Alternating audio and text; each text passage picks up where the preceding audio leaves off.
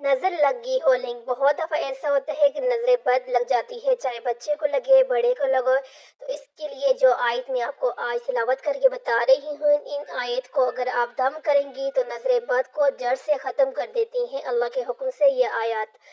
تو نظر لگ گئی ہو اس کے لیے یہ آیت ہیں، وَإِن يَكَادُ الَّذِينَ كَفَرُوا لِيُزْلِقُونَ بِأَبْصَارِهِمْ لَمَّا سَمِعُوا الذِّكْرَ وَيَقُولُونَ إِنَّهُ لَمَجْنُونٌ وما هو الا ذکر للعالمین۔ کسی کو نظر لگ جائے چاہے کتنی سخت ہو، اس آیت کو 11 مرتبہ پڑھ کر دم کرنے سے انشاءاللہ شفا حاصل ہوتی ہے۔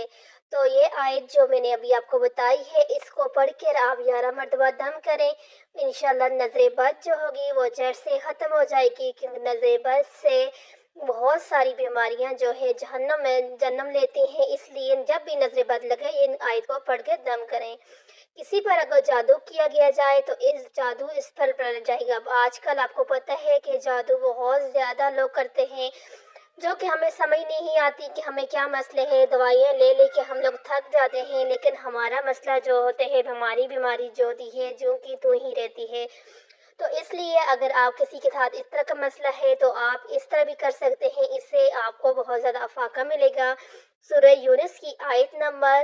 85 86 روزانہ 100 مرتبہ پڑھیں۔ ایسا کرنے سے جس نے جادو کیا ہوگا اسی پر پلٹ جائے گا اور آپ کے اوپر سے اس کے اثرات زائل ہونا شروع ہو جائیں گے۔ اس کے علاوہ سورہ بقرہ کی تلاوت گھر میں روزانہ ہلکی سی آواز میں لگانے سے ہر طرح کے جادو کے اثرات ختم ہو جاتے ہیں،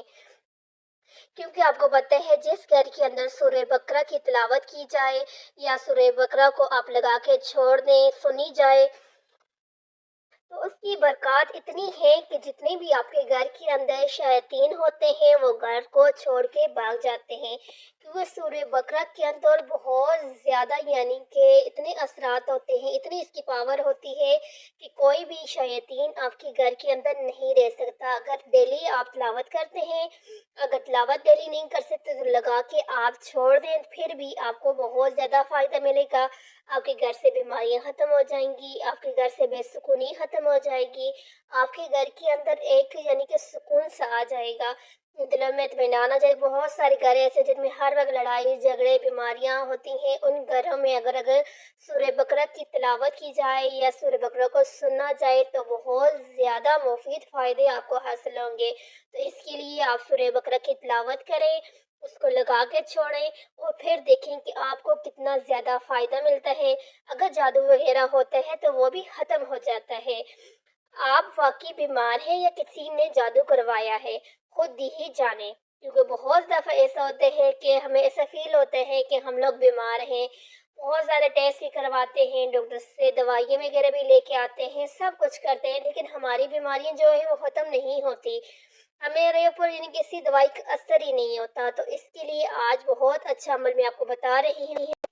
یہ عمل بہت اچھا عمل ہے۔ عمل یہ ہے کہ سورہ فاتحہ مکمل 3 بار اور 4 کل شریف 3 بار پڑھ کر پانی پر دم کر کے مریض کو دیں۔ اگر پانی نمکین یا کڑوا لگے تو جادو وغیرہ ہے، اگر پانی کا ذائقہ برقرار ہو تو مریض کو جسمانی بیماری ہے۔ اس سے آپ کو پتہ چل جائے گا کہ آپ کے اوپر جادو ہے